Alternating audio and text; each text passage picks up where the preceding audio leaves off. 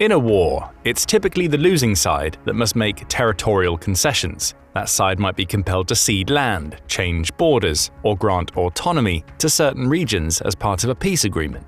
Although the war in Ukraine is still very much raging on, Russia has long started to behave like the losing side. The lashing out, the escalating desperation in every strategy, the frantic attempts to secure alliances, and now, territorial concessions.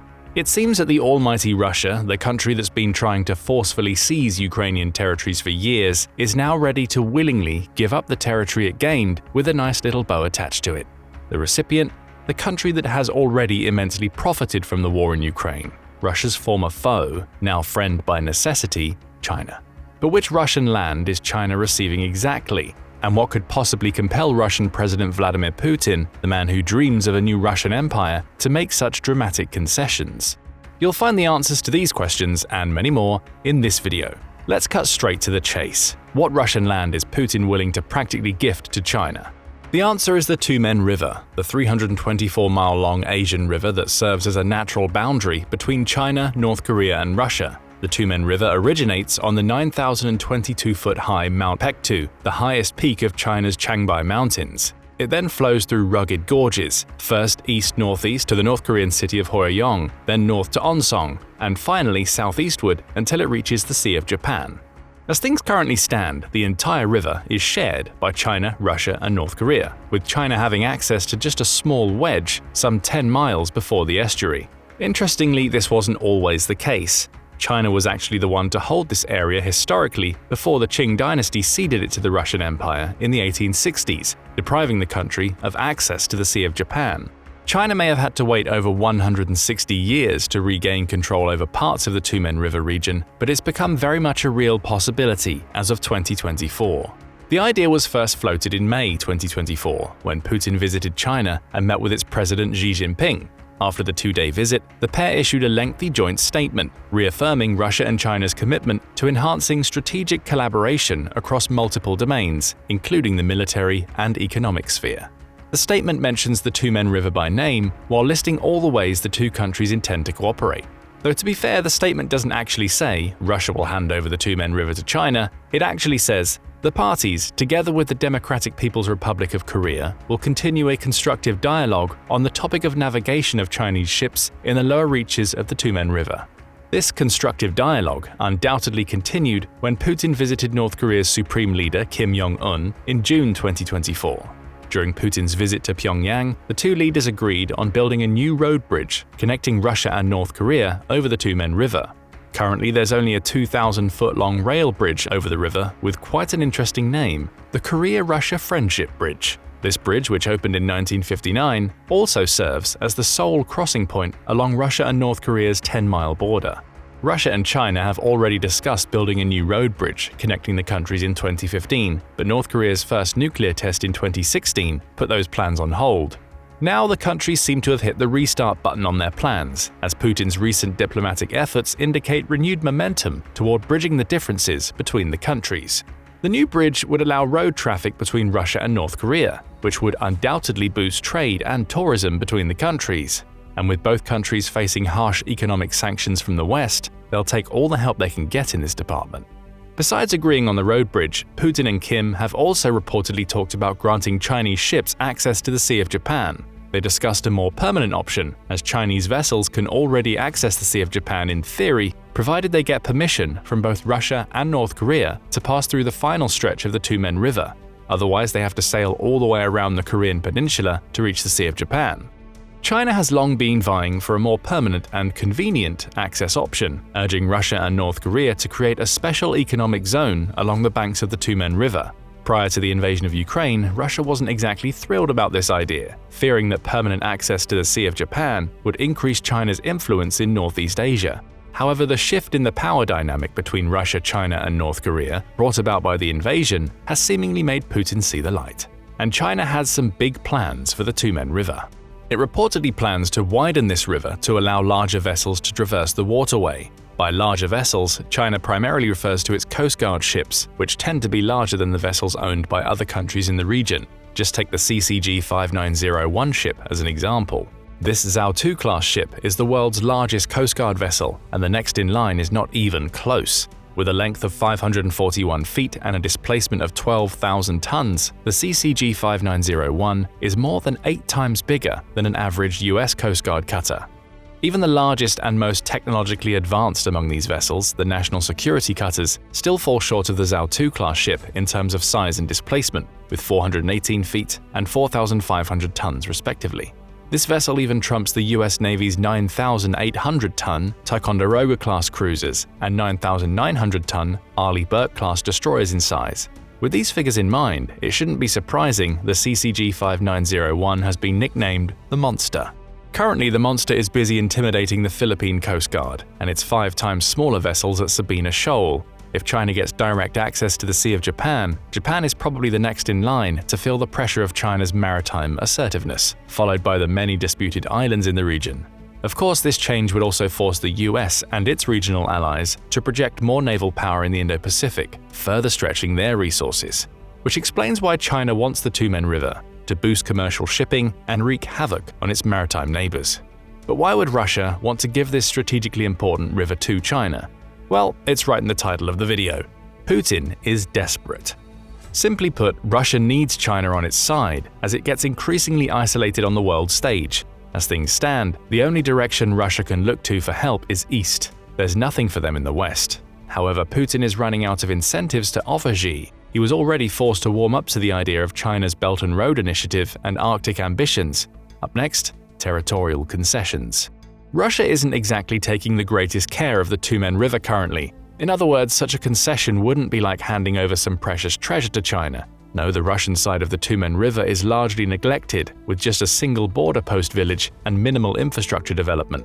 Still, the strategic importance of this area makes it a valuable commodity in geopolitical negotiations, one that Putin must be ready to bid farewell to if he's to secure China's support. But why is Putin clinging to China's support so desperately? It's simple, really. Things in Ukraine aren't exactly going according to his plan. Though his lapdogs have tried to rewrite history ever since, it's widely known that Putin believed before the invasion started that he would bring Ukraine to its knees in just 3 days. But here we are almost 900 days later, and Russia is the one that seems to be on its knees. For starters, Russia is running out of everything: planes, ships, tanks, people. As of July 10, 2024, Russia has lost 554,510 troops in Ukraine since the invasion started, according to the General Staff of Ukraine's armed forces. According to the same report, the country has also lost 8,180 tanks, 15,715 armored vehicles, 20,269 vehicles and fueling tanks, 15,051 artillery systems, 1,115 multiple launch rocket systems, 883 air defense systems, 361 planes, 326 helicopters, 11,973 drones, 28 ships and boats, and 1 submarine. Sure, Putin is recruiting contract soldiers, 100,000 of them in just the first 3 months of 2024, and pushing Russia's defense industry to its very limits, but he still can't outrun the reality of dwindling resources and escalating losses. Due to these high losses, Russia simply lacks the munitions and soldiers to launch a new major offensive in Ukraine, as reported by Reuters from an undisclosed senior NATO official. The same official claimed that Russia would need a new wave of mobilization and significant ammunition supplies from countries beyond what it's already getting from Iran and from North Korea if it were to sustain any notable operation. This puts Putin's willingness to concede anything and everything into perspective.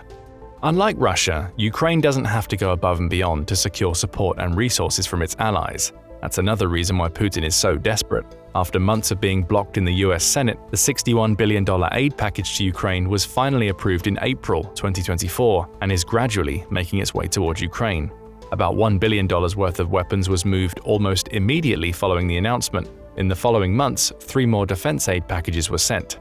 The $400 million package authorized on May 10th contained a whole bunch of goodies, including ammunition for Patriot and NASAMS air defenses, Stinger anti-aircraft missiles, HIMARS systems and ammunition, 155mm and 105mm artillery shells, equipment to integrate Western launchers, missiles, and radars with Ukrainian systems, M113 armored personnel carriers, mine-resistant ambush-protected MRAP vehicles, TOW anti-tank missiles, Javelin and AT-4 anti-tank launchers, precision aerial munitions, and high-speed anti-radiation missiles, HARMs. But that's not all. With the $275 million military package announced on May 24th, Ukraine additionally received HIMARS ammunition, 155mm and 105mm artillery shells, TOW anti-tank missiles, Javelin and AT-4 anti-tank systems, and precision aerial munitions. It also received 60mm mortar rounds and several small arms and ammunition for those weapons. As for the $225 million aid package announced on June 7th, it contained Hawk air defenses, 155mm howitzers, 81mm mortars, artillery shells, HIMARS ammunition, Stinger missiles, Javelin and AT-4 anti-tank launchers, armored vehicles, and last but not least, patrol boats. This package was actually announced during a meeting between President Joe Biden and Ukraine's President Volodymyr Zelensky. During the meeting, Biden also apologized for the delayed delivery and praised Ukraine for its unyielding resistance.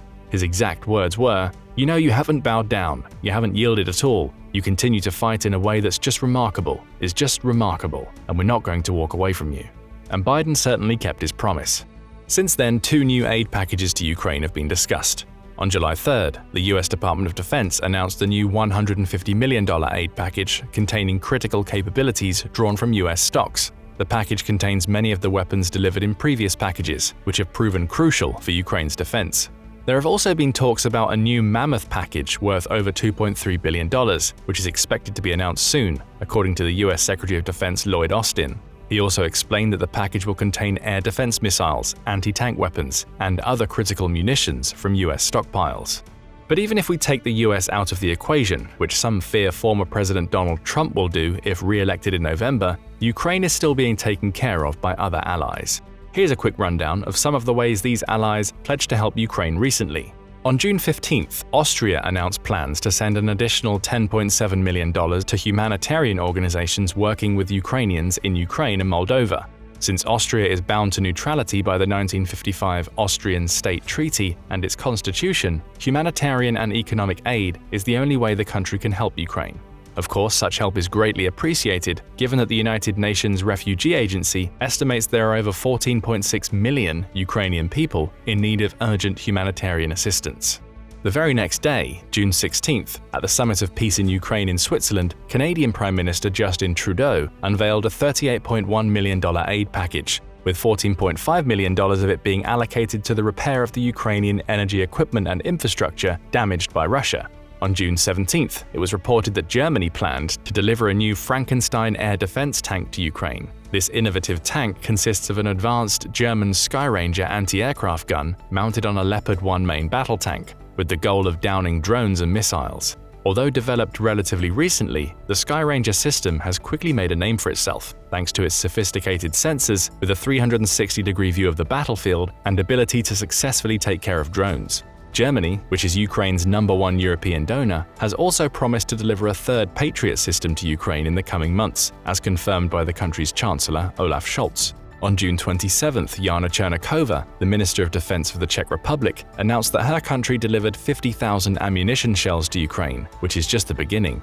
This delivery is part of the first batch of ammunition for Ukraine financed by Germany, amounting to 180,000 rounds. Since Petr Pavel, the president of the Czech Republic, said that his country had identified 500,000 155mm shells and 300,000 122mm shells outside Europe that could be bought and sent to Ukraine, it's easy to conclude that more rounds are coming Ukraine's way. On July 5th, the Latvian Ministry of Defense announced plans to send a variety of over 2,500 combat drones worth $4.3 million to Ukraine in the same month, with the first batch of around 300 units arriving shortly after the announcement. On July 10th, the newly appointed UK Prime Minister Keir Starmer officially gave Ukraine the green light to use the country's Storm Shadow long-range missiles to hit military targets inside Russia. Although Ukraine had already been granted permission to do so, there were fears that a change in administration could lead to a change in policy, but this isn't the case. Speaking at the 2024 Washington NATO summit, Starmer said that it's for Ukraine to decide how to deploy Storm Shadows for defensive purposes. So far, Ukraine has reportedly used these missiles with a range of up to 150 miles to hit Russian military targets in Crimea, the sovereign Ukrainian territory illegally annexed by Russia in 2014. By lifting the ban on the use of Western-supplied weapons against military targets on Russian soil, the UK, as well as many other Western allies, has created a game-changer for Ukraine and presented another reason for the desperation in Russia. As you can clearly see, Ukraine's allies, mostly NATO countries, have truly stepped up. So far, NATO members have provided about $43 billion in military aid every year since the start of Russia's invasion. And at the recent Washington NATO summit, they agreed to do the same next year, echoing Biden's powerful words, "We're not going to walk away from you." Besides helping Ukraine, NATO member countries have also been working on their individual defenses, strengthening the alliance altogether. In a chart published by NATO on June 17, 2024, you can see the amazing progress the member countries have made in the past 10 years. The chart compares the 2014 and 2024 defense expenditure as a share of gross domestic product (GDP) for every NATO country, showing how far most member states have truly come. As many as 23 member states have managed to meet or surpass the required 2% defense expenditure target of GDP set by NATO in 2014, highlighting significant progress in strengthening defense capabilities across the alliance. More importantly, only 3 of those countries were able to do the same in 2014. Currently, Poland is spending the most on defense, with 4.12% of its GDP, followed by Estonia with 3.43%, the US with 3.38%, and Latvia with 3.15%. Removing the US from that list, you might see a commonality between the top spending countries. They're all Russia's neighbors. With Russia evidently preparing for a long war, which could easily spill over into these regions, the countries aren't taking any chances. Latvia alone has more than tripled its expenditure compared to 2014, when it was spending below 1% of its GDP on defense. As for the remaining NATO member states, 8 of them didn't meet the 2% guideline in 2024. Croatia, Portugal, Italy, Canada, Belgium, Luxembourg, Slovenia, and Spain. However, almost all of these countries have significantly boosted their military budgets, showing a determination to eventually hit the target. Sure, Luxembourg might be spending 1.29% of its GDP on defense, but that's 3 times more than it did in 2014. Croatia is the only country that hasn't made any advances over the last decade, but it's also the country closest to hitting the 2% target with a current defense expenditure of 1.81%. Seeing how quickly NATO is growing in strength, Putin is becoming increasingly desperate to end the war in Ukraine before NATO's full might can be brought to bear. But NATO isn't only growing in strength, it's also growing in numbers. On April 4, 2023, Finland, the country sharing an 830-mile-long border with Russia, joined the alliance. Almost a year later, on March 7th, Sweden did the same. Though this country doesn't share a land border with Russia, it does share a maritime one. Some 4.5 nautical miles separate the country from Russia's Kaliningrad exclave. This turn of events has led Putin's lapdogs to declare that Russia is now surrounded by enemies, with the exception of Belarus. And hey, they aren't exactly wrong. But Russia also did this to itself. Just look at who Russia is dealing with across the European part of its 12,514-mile land frontier. Estonia, a former Soviet Union republic and NATO member that fears Russia won't stop at Ukraine. Finland, another nation deeply wary of Russian aggression, especially given its long history of conflict with its eastern neighbor, so much so that it broke from decades of neutrality to join NATO. Georgia, a country that's still reeling from its 2008 war with Russia, with Russian troops occupying its territories of Abkhazia and South Ossetia. Latvia and Lithuania, 2 more Baltic states and former Soviet republics that have been vocal about the threat posed by Russia and have significantly increased their defense spending as a result. Norway, another NATO member sharing a border with Russia in the Arctic, where strategic interests and military tensions are on the rise. Poland, a staunch NATO ally and a country with a historical mistrust of Russia, now one of the biggest defense spenders in Europe. Ukraine, do we even need to explain? As you see, Putin is right to feel surrounded, which might be the first time he's right about anything in recent times. After all, it's his aggressive actions that have driven neighboring countries into the arms of NATO, solidifying a powerful and united front against any further Russian encroachments. It's also his actions that have brought about severe sanctions and financial ruin, which the Kremlin state television is openly distraught over. To make matters worse for Russia, the West isn't planning to stop anytime soon. On June 30th, Radoslaw Sikorski, the Polish Minister of Foreign Affairs, proposed seizing all $321 billion in frozen Russian sovereign assets in an effort to win the escalation game with Russia. So we can add another thing to the long list of resources Russia is running out of: money. But the thing that makes Putin the most desperate is that he can't seem to accelerate his plans before he runs out of soldiers, weapons, and money. before NATO strengthens even more and lifts additional bans on the use of weapons, and before more Western aid arrives. Why? Because Ukraine simply isn't letting him. Ukraine is fighting back, and it's fighting hard. In May and June of 2024 alone, Ukrainian forces hit as many as 15 radar stations and over 10 control centers in the Crimean settlements of Chornomorsk, Tarkankut, Yevpatoria, Saki, Donske, Belbek, Sevastopol, Alushcha, Dzankoy, and Mysova. The attacks have also targeted the S-300, S-350, and S-400 air defense systems stationed on the Crimean Peninsula. Some experts believe that Ukraine is intensifying these operations in order to clear the skies for the incoming F-16 fighting Falcon jets. After 2 years of pleas and months of delays, these jets are finally making their way to Ukraine in July and are expected to be operational this summer, according to Dick Schoof, the Prime Minister of the Netherlands, and Mette Frederiksen, his counterpart in Denmark. These jets promise to finally tip the scale in Ukraine's favor in the skies, which is why the attacks in Crimea hold immense value. And there's no doubt about it, these attacks have made Russia quite nervous. How do we know this? Well, Moscow has transferred the latest S-500 air defense systems to Crimea in order to protect what it perceives as its territory from these incessant attacks. But you see, there's a small problem with this move. Increasing the transfer of air defense systems to Crimea means leaving the rest of mainland Russia unprotected. And again, Ukraine is taking full advantage of this fact. In the absence of the most advanced air defense systems, Ukrainian drones have been pummeling mainland Russia. Some of the more recent targets include the Morozovsk airfield in Rostov Oblast on June 14th with at least 70 drones. The field in question hosted Su-34 fighter jets. The Novolipetsk metallurgical plant and similar facilities used for military purposes in Belgorod, Voronezh and Lipetsk oblasts on June 17th. 2 oil depots in Krasnodar Krai region on July 6th. The first, Lukoil Yugnefty product, suffered a massive fire. According to reports, the Russians couldn't extinguish the massive fire all day, which began after 2 explosions. The second, Rosneft Kubanefta product, had at least 3 of its fuel tanks damaged in the attack. A large ammunition depot in the village of Sergivka in Voronezh Oblast on July 7th. This depot, some 3.5 square miles big, reportedly stored surface-to-surface and surface-to-air missiles, shells for tanks and artillery, and boxes of ammunition for firearms.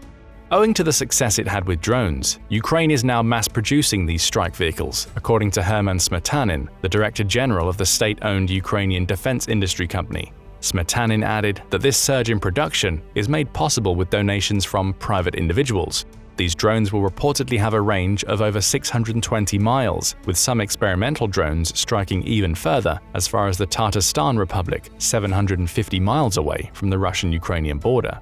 The new long-range drones will continue to wreak havoc across Russia, targeting military infrastructure such as airfields, as well as oil refineries and depots. The goal of targeting refineries is to disrupt fuel supplies to the Russian military and diminish the country's export revenues, funding Russia's war machine.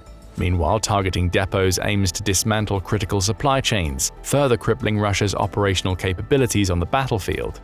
With all this in mind, it becomes perfectly clear why Putin is growing desperate enough to even consider ceding part of Russian territory, especially when you consider that this move could potentially anger Putin's loyalists, ever so obsessed with Great Russia fanaticism. But what do you think? Is Putin truly all out of options? And if so, what's cost him the most so far? And while you're here, please share your predictions on China's future role in the war in Ukraine. Will the country continue shamelessly profiting off this tragedy, or will it be forced to reconsider its stance as international pressure mounts and the conflict's ramifications become more unpredictable? Share your thoughts and theories in the comments section below. Now go and check out How War in Ukraine Made Russia China's Slave, or click this other video instead.